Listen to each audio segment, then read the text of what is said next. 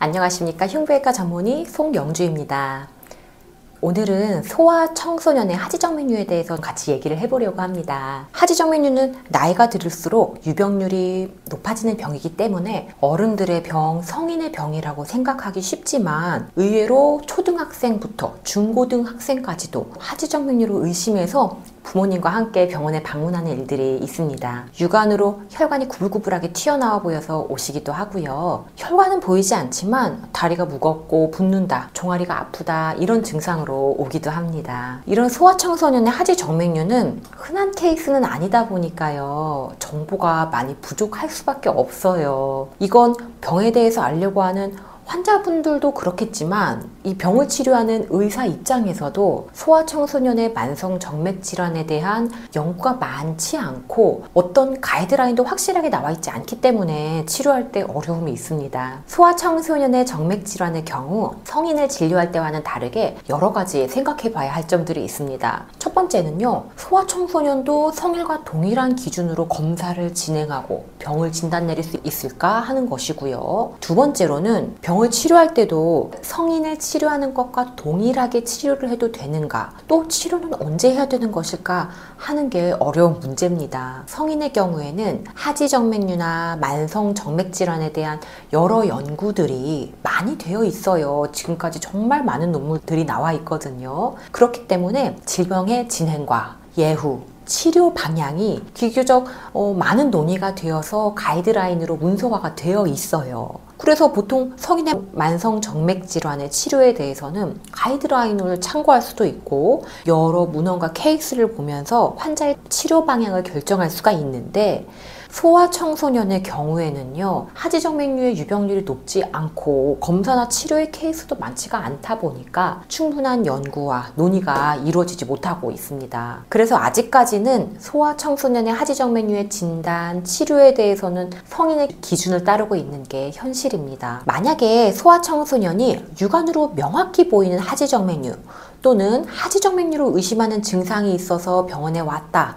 그러면 성인과 동일하게 혈관 도플러 초음파 검사를 시행하게 됩니다. 병적인 역류의 기준은요, 성인의 경우에는 표재성 줄기정맥인 대소복제의 경우에는 0.5초를 초과한 역류, 표재정맥보다 깊이 있는 심부정맥의 경우는 1초를 초과한 역류일 경우에 의미 있다고 판단을 합니다. 소아청소년은 아직 개별적인 가이드라인이 없기 때문에 이 기준을 동일하게 사용합니다. 그런데 성인과 달리 소아청소년기의 하지정맥류의 경우에는요, 선천적인 어떤 유전질환과 관련이 있는 경우도 있기 때문에 경우에 따라서는 혈관 초음파만 볼 게 아니라 추가적인 선천적 혈관 이상은 없는지 CT와 같은 다른 보조적인 검사를 함께 해볼 수 있습니다. 그럼 치료는 어떨까요? 성인의 경우에는 증상이 있는 2기 이상의 하지정맥류라고 하면은 복제정맥 폐쇄술을 권해드립니다.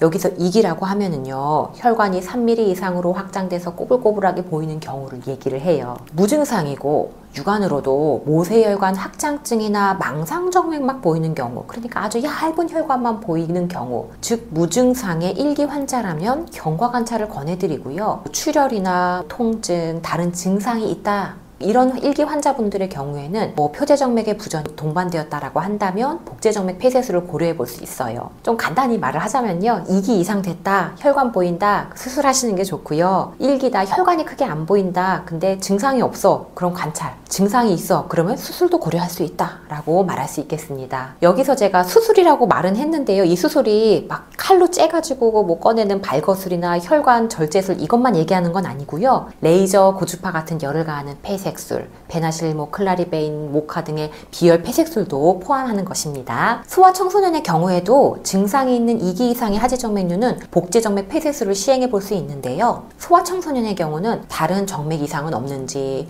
혈전 후 증후군은 아닌지 미리 잘 확인해 보아야 합니다. 소아청소년이 증상이 있는 2기 이상인 경우는 흔하지 않기 때문에 대부분 1기일 경우가 많을 텐데, 1기일 경우는 주기적인 추적 관찰을 하면서 병의 진행을 살피면서 치료 방향을 결정하는 것이 좋겠습니다.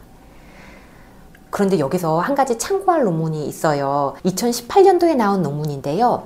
5에서 15세의 건강한 소아청소년을 대상으로 혈관 초음파를 시행을 했습니다. 근데 여기서 하지정 메뉴가 없이 건강한 아이들이었는데도 병적인 역류가 60%에서 발견되었다고 발표를 했어요. 이 사람들이 대복제의 직경도 같이 체크를 했는데요. 대복제의 직경도 나이가 들면서 증가를 하고, 그 다음에 대복제의 판막 폐쇄 시간, 판막 폐쇄가 늦어진다라고 하면 역류가 되는 거거든요. 9에서 12세의 연령군에서 다른 연령군에 비해 이 판막 폐쇄 시간이 유의하게 늘어나게 높게 나왔다고 되어 있어요. 이 연구는 사실 많은 아이들을 검사한 건 아니에요. 5에서 8세가 5명, 9에서 12세가 12명, 13에서 17세가 7명, 이렇게 몇 명 안 되는 아이들을 검사했기 때문에 일반을 할 수는 없습니다. 그런데 이 저자들은요, 이 소아청소년 시기에는 성장 과정에서 복제정맥의 직경이 커지면서 발견되는 정맥 판막 기능 부정과 역류가 발견될 수 있다라고 얘기를 했어요. 근데 이 논문에서 이렇게 역류가 있었던 아이들이 성인이 됐을 때 이 역류가 어떻게 됐나, 진짜 하지정 메뉴가 생겼나, 아니면 이 역류가 사라졌나, 이런 결론까지 내린 논문은 아니었어요.